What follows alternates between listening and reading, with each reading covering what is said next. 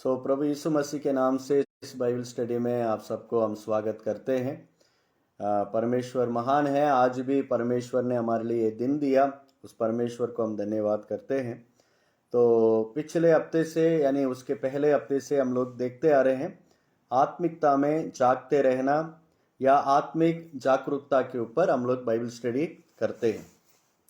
तो इसमें पिछले दिनों में हम लोग देख रहे थे कि ये आत्मिक जागृति क्या होता है या आत्मिक जीवन में जागते रहने का क्या मतलब है, उसके ऊपर हम देख रहे थे। और उसके बाद हम देख रहे थे क्यों हम आत्मिक जीवन में जागते रहना है।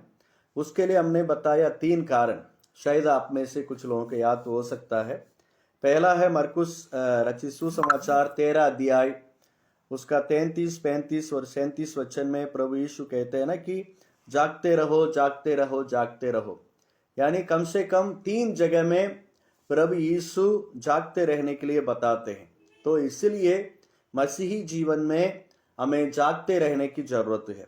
और दूसरा है पहला पत्रस 5 अध्याय उसके 8 वचन में लिखा है, शैतान गर्जने वाले सिंह के समान खोज में है।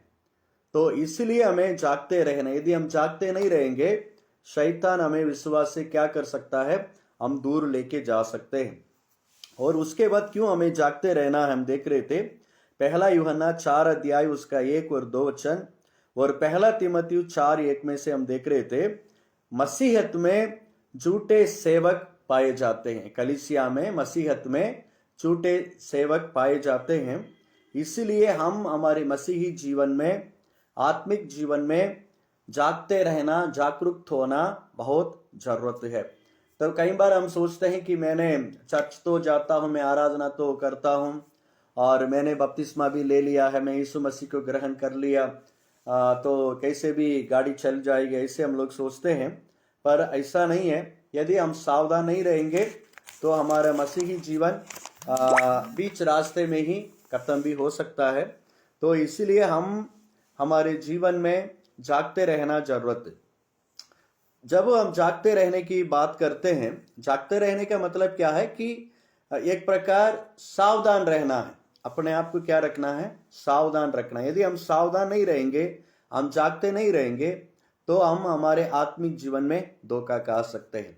अभी हमें मालूम है कि अचानक कोई कह रहा है कि कल सुबेरे आपके घर में कोई चोर आ सकते हैं भैया 3 बजे, तो हम क्या करेंगे, रात भर हम जागते रहेंगे। वो 3 बजे वो चोर आने वाला है, हमें जागते रहना है, नहीं तो वो आकर क्या कर देंगे, सारा चोरी करके लेके चले जाएंगे। इसी तरह हमारी आत्मिक जीवन में हमें जागते रहना, क्योंकि प्रभु यीशु ने इस बात को जोर दिया है कि तुम जागते रहो।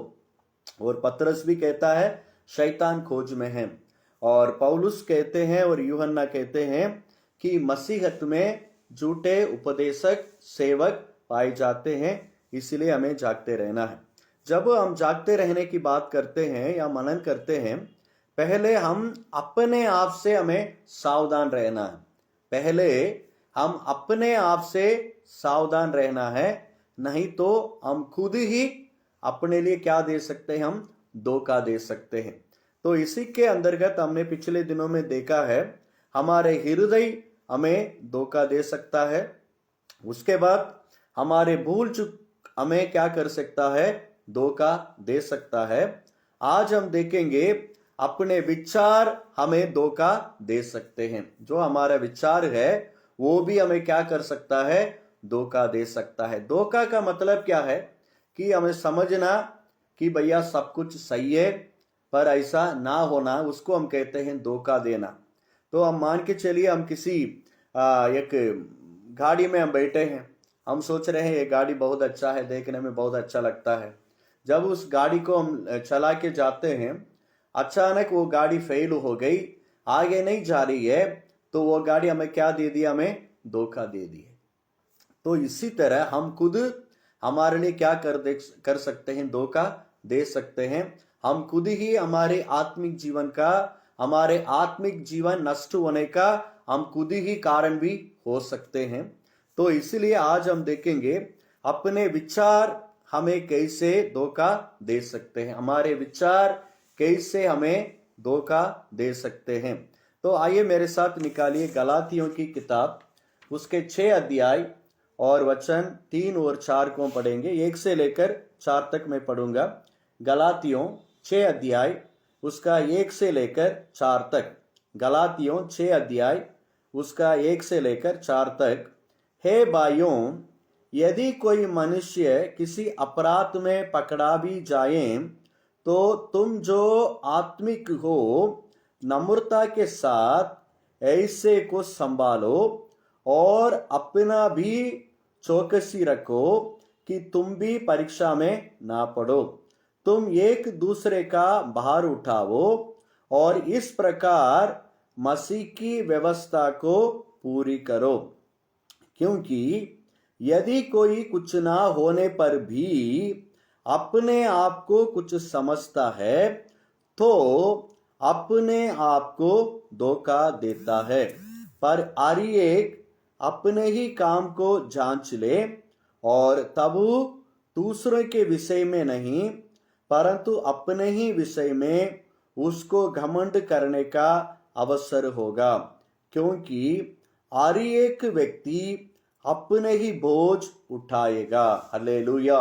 आखिर में पौलुस क्या कहते हैं? क्योंकि हर एक व्यक्ति अपना ही बोझ उठाएगा। मेरे भाइयों बहनों, मेरे आशीषों, यहाँ क्या लिखा है? पौलुस क्या कहते हैं? क्योंकि यदि कोई कुछ ना होने पर भी अपने आप को कुछ समझता है तो अपने आप को धोखा देता है। हम अपने आप को धोखा देते हैं? हमारे विचारों के द्वारा या हमारे गलत विचार के द्वारा या हम अपने आप को हमें बड़ा समझने के द्वारा हम खुद को क्या दे देते हैं? हम धोखा देते हैं। यानी वो कहते हैं कि यदि कोई कुछ ना होने पर भी, यानी उनके पास कुछ है नहीं है, पर वो क्या समझ लेते हैं अपने आप को? वो समझता है मैं सब कुछ हूं, मेरे पास सब कुछ है, मेरे पास कोई कमी नहीं है, मैं सही हूं। जब उनके जीवन में कमियां हैं पर वो अपने आप को अच्छा समझ लेता है, धर्मी समझ लेता है, सही समझ लेता है, तो वो क्या कर देते हैं? उनकी जो उस विचार ही उन्हें कहाँ रख देता है? धोखा में रख देता है। तो इसलिए हम इस बातों को बहुत ध्यान से समझना बहुत जरूरत है। हालेलुया।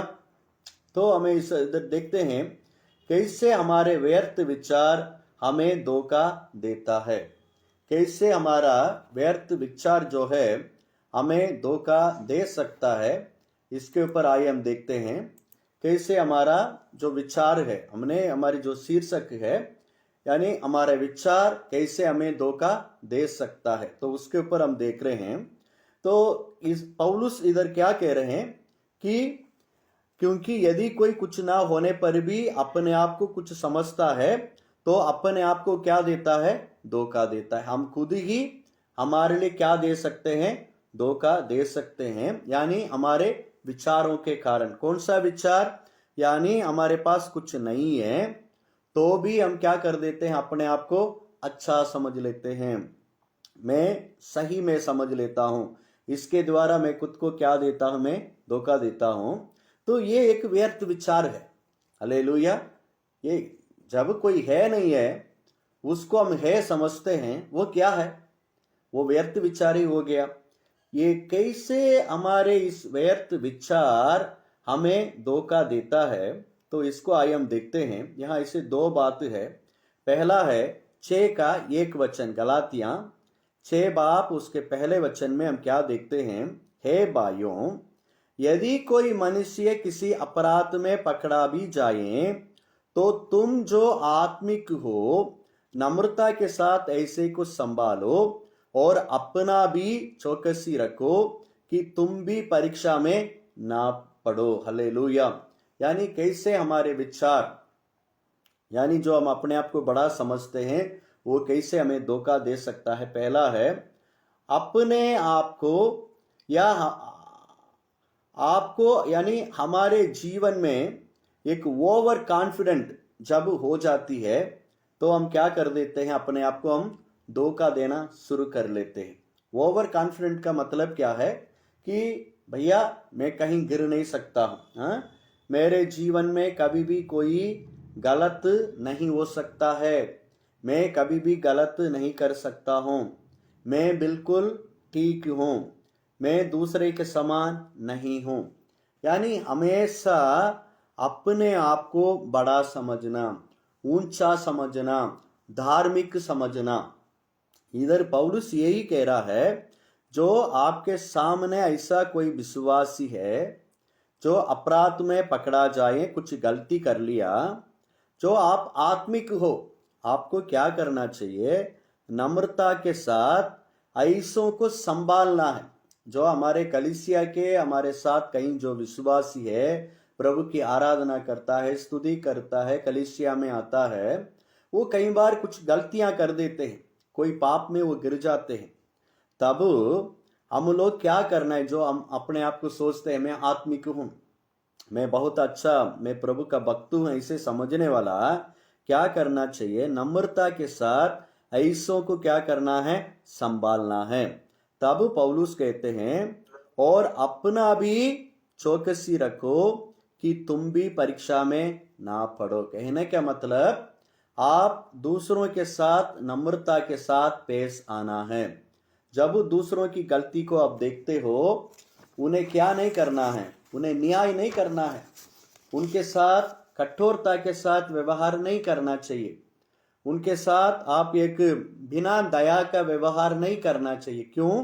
क्योंकि अपना भी चौकसी रखो, मतलब तुम भी गिर सकते हैं। जिस पापों को लेकर तुम सामने वालों को न्याय करते हो या उनके साथ कठोर व्यवहार करने जा रहे हो, सावधान रहो, एक दिन आप भी गिरने का संभावना है।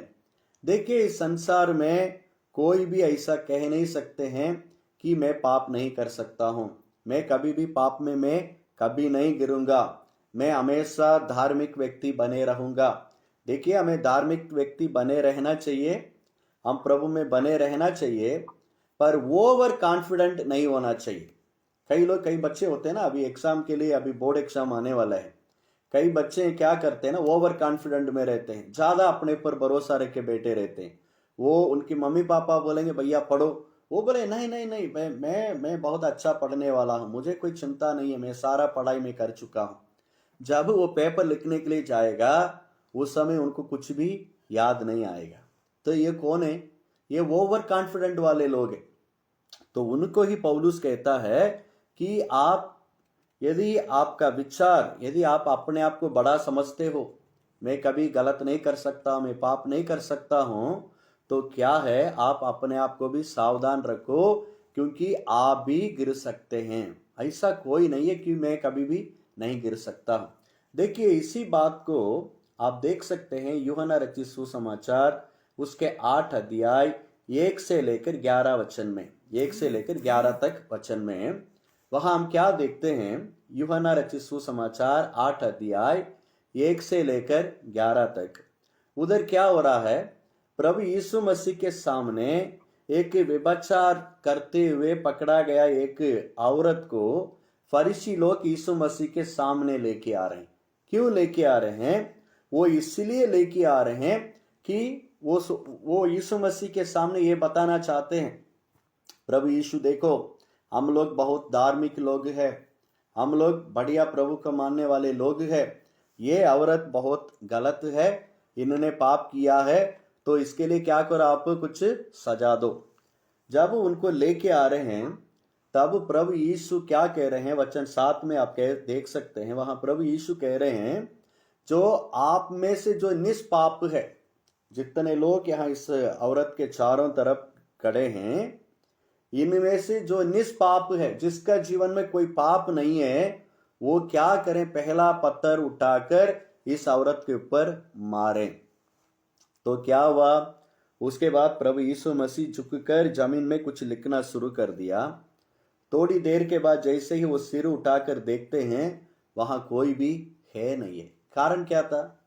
क्योंकि वे सभी लोग पापी थे, वे सबके जीवन में पाप था, इसीलिए कोई भी उस औरत के ऊपर पत्थर से मार नहीं सका। कहने का इससे हम क्या समझते हैं, यानी प्रभु यीशु यह हमें क्या समझाना चाहते हैं। देखो, इस औरत ने पाप करी, बिल्कुल सही है, पर अकेले केवल ये ही नहीं है, तुम भी पाप किए हो, तुम्हारे जीवन में भी पाप है। इस औरत ने व्यभिचार किया, तुम्हारे जीवन में और कोई पाप हो सकता है, बस फर्क इतना ही है। पर आप ये नहीं कह सकते हैं कि मैं सही हूं, यह औरत ही गलत है। तो मेरे भाइयों बहनों, तो हम क्या सीख रहे हैं, हमें आत्मिक जीवन में जागते रहना है। यदि हम जागते नहीं रहेंगे, हम खुद को क्या कर सकते हैं, हम धोखा दे सकते हैं। हम खुद को कैसे धोखा दे सकते हैं, हमारे विचारों के द्वारा हम अपने आप को धोखा दे सकते हैं। वो कैसे दे सकते हैं, पहले देखते हैं।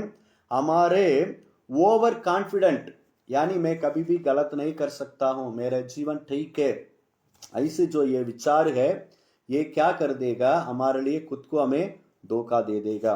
और दूसरा है, कैसे हम अपने आप को हमारे उस घमंडी विचार से या उस गलत विचार से कैसे हम अपने आप को धोखा दे सकते हैं।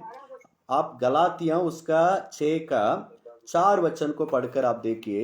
गलातियां उसका 6 का 4 में वहां क्या लिखा है, पर हर एक अपने ही काम को जांच लें, और तब दूसरे के विषय में नहीं, परंतु अपने ही विषय में उसको घमंड करने का अवसर होगा। दूसरा, कैसे हम अपने विचारों के, यानी गलत विचार के द्वारा हम आप खुद को कैसे हम धोखा दे सकते हैं। दूसरा है, अपनी गलती को मानने से इनकार करना।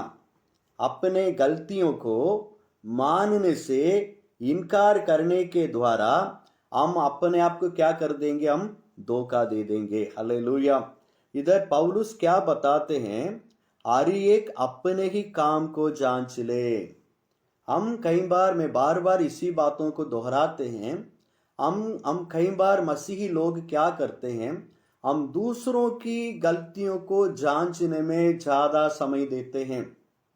पर मेरे भाइयों बहनों, हमें खुद को जांचने की जरूरत है, क्योंकि इधर पौलुस क्या कह रहे हैं, तब दूसरे के विषय में नहीं, परंतु अपने ही विषय में उसको घमंड करने का अवसर होगा।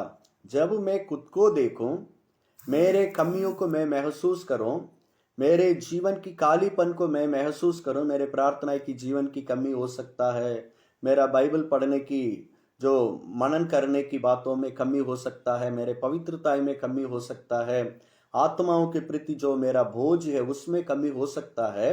जब इस बातों को मैं महसूस करूं, मैं सुधारूं, तो फिर मैं मेरे जीवन को देखकर क्या कर सकता हूं, देखो प्रभु ने मुझे, मेरे जीवन को बदला है। हम अपने आप को क्या कर सकते हैं, हम घमंड कर सकते हैं। जब हम दूसरों को ही हम देखते रहते हैं, दूसरों को ही हम जांच करते रहते हैं, नापते रहते हैं, तो उससे क्या होगा, हम दूसरों के साथ अपने आप को हम तुलना करके रहेंगे।